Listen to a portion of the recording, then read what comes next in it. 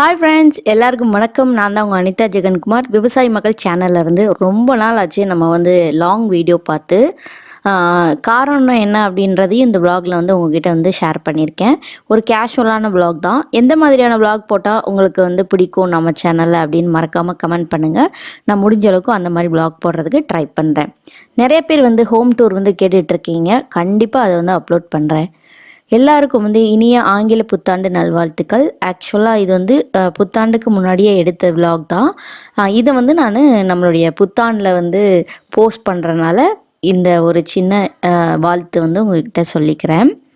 காலையிலே எல்லா வேலையும் முடிக்கணும் அப்படின்னு நினச்சாலும் உடம்பு ஒத்துழைக்கிறதில்ல. ஏன்னா திடீர்னு சளி பிடிச்சிக்குது, திடீர்னு காய்ச்சல் வந்துடுது. சரி, நம்ம சரியாயிட்டு ஓகே நான் அடுத்து ஏதாவது பண்ணலான்னு பார்த்தா குழந்தைங்களுக்கு ஸ்டார்ட் பண்ணிடுறது. ஸோ இந்த மாதிரி அப்படியே கண்டினியூஸாக ஆகிட்டே இருந்துச்சு. ரீசன் என்னென்னா, நம்ம வீட்டுக்கு 6 மாதம்தான் ஆகுது இந்த புது வீட்டுக்கு. ஸோ அதனால் தண்ணி ப்ளஸ் இருக்கிற இடம் கிளைமேட், ஸோ இதெல்லாம் கொஞ்சம் ஒத்து போகிறதுக்கு 1 இயரே ஆகும். ஸோ அதனாலேயோ என்னவோ அது எல்லாமே அந்த மாதிரி அஃபெக்ட் பண்ணிகிட்டே இருக்குது. மற்றபடி பெருசாக நான் உங்கள்கிட்ட விலாக் ஷேர் பண்ணாததுக்கு ரீசன் அப்படின்றது பார்த்திங்கன்னா, டைம் இருக்கிறது இல்லை. மாதிரி டைம் இருந்தாலும் சின்ன பாப்பா என் கூடயே இருக்கிறனால எனக்கு அவள் எப்படி சொல்கிறது, ஸ்க்ரீன் டைம் ஓவர் ஆகிடுச்சு. ஸோ என் ஃபோனை கேட்டு அடம் பிடிக்கிறது. ஸோ அவளை டேக் கேர் பண்ணுறதுக்கே ஒரு ஆள் வேணுன்ற அளவுக்கு இருக்குது. ஸோ இந்த இயர் கண்டிப்பாக பாப்பா ஸ்கூலுக்கு போயிடும், சின்ன பாப்பா. ஸோ அதனால் நம்ம கண்டினியூஸாக vlog போஸ்ட் பண்ணுறதுக்கு ட்ரை பண்ணுறேன். அதுக்கப்புறமா நைட்டு எல்லா வேலையும் முடிக்கிறதுக்கு முன்னாடியே மாவு கரைச்சி வச்சுட்டேன். கோதுமை தோசை தான் ஊற்ற போகிறேன். இந்த கோதுமை தோசைக்கு ஒரு தக்காளி பச்சை சட்னி மாதிரி நான் ரெடி பண்ணுவேன். அது ரொம்பவே டேஸ்ட்டாக இருக்கும். ட்ரை பண்ணி பாருங்கள். இது சப்பாத்திக்குமே ரொம்ப நல்லாயிருக்கும். பட் எக்ஸ்பெஷலி பார்த்திங்கன்னா அந்த கோதுமை தோசைக்கு ரொம்பவே சூப்பராக இருக்கும். ஸோ அதை தான் ரெடி பண்ணலாம் அப்படின்னு சொல்லிட்டு ரெடி பண்ணிக்கிட்டு இருக்கேன். கிச்சனை எப்பயுமே நீட்டாக வச்சுக்கலாம் அப்படின்னா நம்மளை நாமே ஒரு சின்ன சின்ன விஷயங்களுக்கு எஃபோர்ட் போட வேண்டியதாக இருக்கும். என்னென்னா, இப்போ நம்ம வெங்காயம்லாம் கட் பண்ணிவிட்டு அங்கங்கே மேடையிலலாம் போட்டு வச்சுருவோம். அடுத்து மொத்தமாக அதை க்ளீன் பண்ணிக்கலாம் அப்படின்னு நினப்போம். பட் அதுக்கு அப்படியே இருக்க குப்பை சேர்ந்துட்டே இருக்கும். ஸோ அதனால் ஒரு பக்கத்துலேயே ஒரு சின்ன ஒரு பேஸ்கெட் மாதிரி வச்சு அப்பப்போ விழுகிற குப்பையெல்லாம் அதில் போட்டு டிஸ்போஸ் பண்ணிக்கிட்டே இருப்பேன். ஸோ இந்த மாதிரி தான் போயிட்டுருக்கு. இப்போ பச்சை சட்னிக்கு ஒரு பெரிய வெங்காயம், ஒரு பெரிய தக்காளி, கொஞ்சமாக உப்பு, இது மட்டும் சேர்த்து நல்லா கிரைண்ட் பண்ணிக்கிறேன். வேணும் அப்படின்னா பூண்டு நீங்கள் சேர்த்துக்கலாம். பட் வெங்காயத்தோட காரமே கொஞ்சம் நல்லாயிருக்கும். அதுக்கப்புறமா ஒரு பேனை ஹீட் பண்ணிவிட்டு அதில் கொஞ்சமாக ஆயில் ஆட் பண்ணிக்கோங்க. இது கடலெண்ணெய், நல்லெண்ணெயில் கூட செய்யலாம். ரீஃபைண்ட் ஆயிலில் செஞ்சாலும் ஓகே தான். பட் அந்த அளவுக்கு டேஸ்ட் இருக்குமான்னு எனக்கு தெரியல, ஏன்னா நான் யூஸ் பண்ணதே கிடையாது. அதுக்கப்புறமா அதில் ஒன்றுமே இல்லை, தனி மிளகாய்த்தூள் போட்டுட்டு கருவேப்பிலை போட்டு அந்த எண்ணெயிலே நல்லா மிக்ஸ் பண்ணி விட்டுருங்க. அது கொஞ்சமாக நல்லா அந்த லைட்டாக கருகிற ஸ்டேஜ் வந்தோடனே நம்ம அரைச்சி வச்சுருக்க அந்த விழுதை அதில் ஆட் பண்ணி கொஞ்சம் ஒரு நல்ல கொதி வந்தோடனே ஆஃப் பண்ணி எடுத்துடலாம். ரொம்பவே டேஸ்ட்டாக இருக்கும். மறக்காமல் ட்ரை பண்ணி பாருங்கள். ரொம்ப சிம்பிளான ரெசிபியும் கூட. ரெண்டாவது ஈஸியாக வேலை முடிஞ்சிடும். எங்கேயாவது போயிட்டு சட்னி அரைக்கணும் அப்படின்னா அதெல்லாம் வதக்கணும், அந்த மாதிரிலாம் இருக்கு இல்லையா. ஸோ அதெல்லாம் தேவையில்லை, ஈஸியாக நம்ம ரெடி பண்ணிடலாம். அதுக்கப்புறமா எடுக்கிற பொருளை அந்தந்த இடத்துல டக்குன்னு எடுத்து நம்ம வச்சிட்டோம்னு அப்படின்னாவே மெஸ்ஸியாக இருக்கிறது மேக்ஸிமம் கிச்சனில் அவாய்ட் பண்ணிக்கலாம். ஆல்ரெடி நான் கிச்சன் டூர் போட்டிருந்தேன். பட் அதில் என்னோட மிஸ்டேக்ஸ் தான். என்னென்னா, கிளியராக இருக்காது ஆடியோ ஆடியபிளாகவே இல்லை சொல்லப்போனால். அதுதான் பேக்ரவுண்ட் நாய்ஸ் ரொம்ப அதிகமாக இருந்துச்சுன்னு எல்லாருமே சொல்லியிருந்தீங்க. அதுக்கு ரொம்பவே சாரி. அதனால் நான் மறுபடியும் ஒரு கிளியரான ஒரு கிச்சன் டூரும் நான் உங்களுக்கு அப்லோட் பண்ணுறேன், சரிங்களா. அதுக்கப்புறமா சட்னி, அதுக்கப்புறம் தோசை பேட்டர் எல்லாமே ரெடி பண்ணி வச்சுட்டு ஃப்ரீயாக இருக்க டைமில் சின்ன சின்ன வேலையெல்லாம் செஞ்சு வச்சுருவேன். இந்த கருவேப்பிலை உதுத்து வைக்கிறது, அதுக்கப்புறம் இஞ்சி பூண்டு பேஸ்ட் இல்லை இன்றைக்கி சுத்தமாக. ஸோ அதையுமே ரெடி பண்ணணும். பார்த்திங்கன்னா அந்த கருவேப்பிலை குச்சியை அங்கனையே போடாமல் டக்குன்னு எடுத்து அதை குப்பை அதில் போட்டு மூடி வச்சிட்டோம்னா அது ஒரு வேலை முடிஞ்சிடும். ஸோ கையோட எல்லா வேலையுமே முடிச்சிட்டோம் அப்படின்னாவே நமக்கு வந்து மேக்ஸிமம் ஒர்க் வந்து கிச்சனில் இருந்துக்கிட்டே இருக்குன்ற மாதிரி இருக்காது.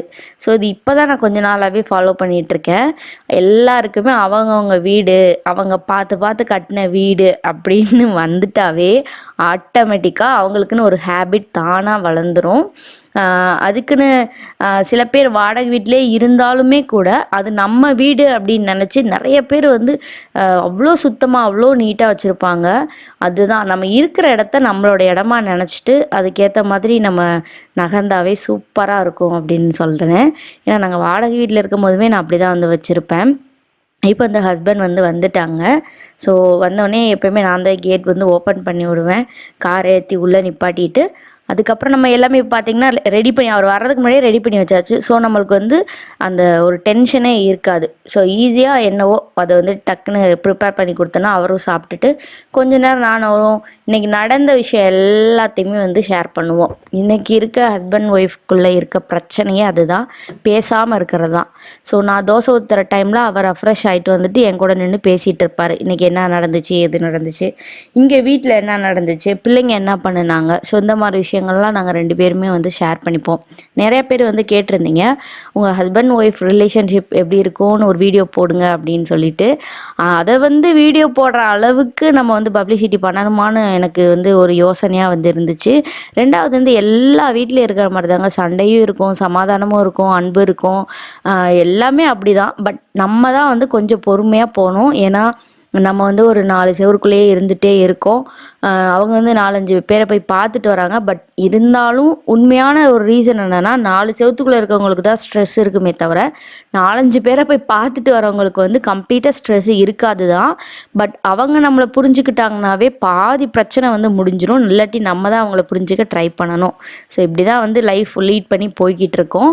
ஆனால் என்ன பிரச்சனை, என்ன சண்டை வந்துச்சு அப்படின்னாலும் என் மேலே ஃபால்ட் இருந்தால் நான் சாரி கேட்டுருவேன், அவர் மேலே ஃபால்ட் இருந்தால் அவரும் சாரி கேட்டுருவார். ஸோ இப்படி தான் போயிட்டுருக்கு.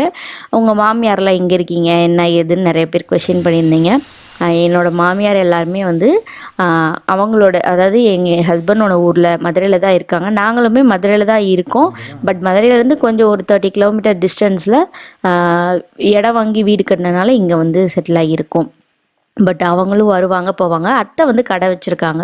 ஸோ அதனால் அதை பார்த்துட்டு அப்படியே அவங்களுக்கு டைம் ஸ்பெண்ட் பண்ணிவிட்டு ஜாலியாக அப்படி போயிட்டுருக்காங்க. எங்களோட ரிலேஷன்ஷிப் அப்படின்னு பார்த்திங்கன்னா அதுவும் ஒரு ஹெல்த்தியான ரிலேஷன்ஷிப் தான்.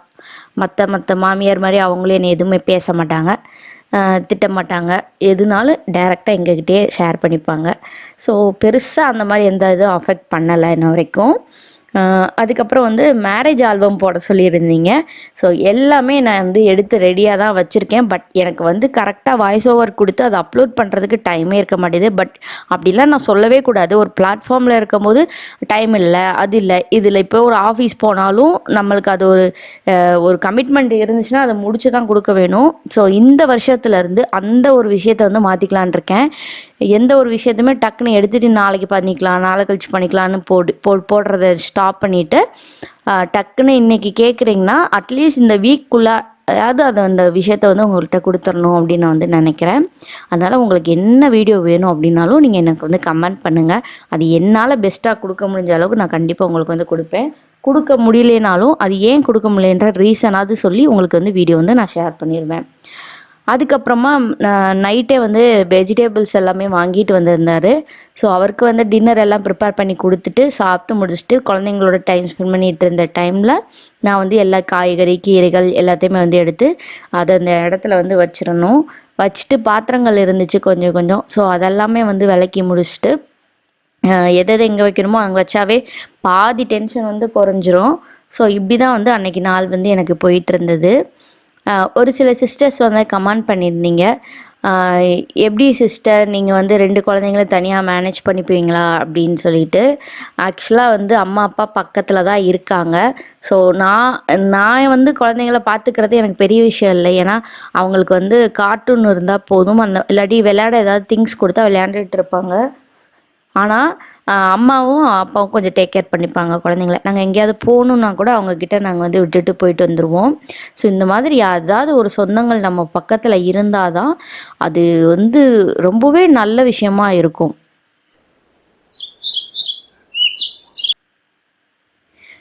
இது நெக்ஸ்ட் டே மார்னிங் எடுத்தது தான். அன்றைக்கி நைட் வந்து எல்லாம் எடுத்து வச்சுட்டு போய் டயர்டாக இருந்தது, படுத்து தூங்கியாச்சு. காலையில் எழுந்தோடனே பார்த்தீங்கன்னா மிஷின் வந்து ஃபுல்லாக லோட் பண்ணி விட்ருவேன். ரீசன் என்னென்னா, நம்ம வேலை பார்த்துட்டு இருக்க டைம்லேயே வந்து துவைச்சி முடிச்சிடும். ஸோ நம்மளுக்கு ஈஸியாகவும் இருக்கும். எடுத்தோடனே காய போட்டுட்டோன்னா இப்போலாம் வெயில் வந்து அவ்வளோ ஈவினிங் டைம் வெயிலாக இருந்தாலுமே அது ஒரு மாதிரி பனி விழுகுது இல்லையா? ஸோ ட்ரெஸ்லாம் வந்து கொஞ்சமாக ஈரமாகவே இருக்கிற மாதிரி இருக்குது. ஸோ அதனால் மார்னிங்கே காய போட்டிங்கன்னா மதியானம் நல்லா சுள்ளுன்னு வெயிலில் காஞ்சிருது. ஸோ அதுக்காக தான். காலையில் பிரேக்ஃபாஸ்ட் பார்த்திங்கன்னா எல்லா வெஜிடபிள்ஸ் போட்டு நூடுல்ஸ் தான் வந்து கேட்டிருந்தாங்க. சரி ஓகேன்னு சொல்லிவிட்டு நான் வந்து இந்த நூடுல்ஸ் செஞ்சால் என் ஹஸ்பண்ட் குழந்தைங்க 2 பேருக்குமே ரொம்ப பிடிக்கும். அதனால் என்னென்ன காய் இருக்கோ அந்த காய் எல்லாத்தையுமே போட்டு நான் வந்து நூடுல்ஸ் வந்து செஞ்சு கொடுத்துருவேன். அன்றைக்கி வந்து கார்ன், அப்புறம் வந்து பட்டாணி, அப்புறம் வந்து பட்டர் பீன்ஸ், அப்புறம் வந்து கேரட் இதெல்லாம் இருந்தது. ஸோ அது எல்லாமே போட்டு நான் வந்து பண்ணி கொடுத்துட்ருந்தேன். சைட் பை சைடாக வந்து துணி வந்து துவைச்சிட்டு இருந்துச்சு. ஸோ எல்லாத்தையும் எடுத்து காய போட்டுடலாம் அப்படின்ட்டு வேலை வந்து ஓடிட்டுருந்துச்சு. ஒரு சின்ன விலாகாக தான் உங்கள்கிட்ட வந்து ஷேர் பண்ணியிருக்கேன். ஃப்யூச்சரில் ரொம்ப இன்ட்ரெஸ்டிங்காக உங்களுக்கு யூஸ்ஃபுல்லாக இருக்க மாதிரி வீடியோஸ் வந்து நான் கண்டிப்பாக போஸ்ட் பண்ணுறேன். உங்களுக்கு என்ன மாதிரியான வீடியோஸ் வேணும் அப்படின்னு மறக்காமல் கமெண்ட் பண்ணுங்கள். நான் ஏதாவது தவறாக பேசியிருந்தாலும் அதை வந்து சொல்லிடுங்க. இது பேசுகிறது எங்களுக்கு பிடிக்கல அப்படின்னு சொல்லிட்டு. ஸோ தேங்க்ஸ் ஃபார் வாட்சிங் ஃப்ரெண்ட்ஸ். கண்டிப்பாக இந்த வீடியோ உங்களுக்கு பிடிச்சிருந்தா மறக்காமல் லைக் பண்ணி சப்ஸ்கிரைப் பண்ணுங்கள். Thank you so much.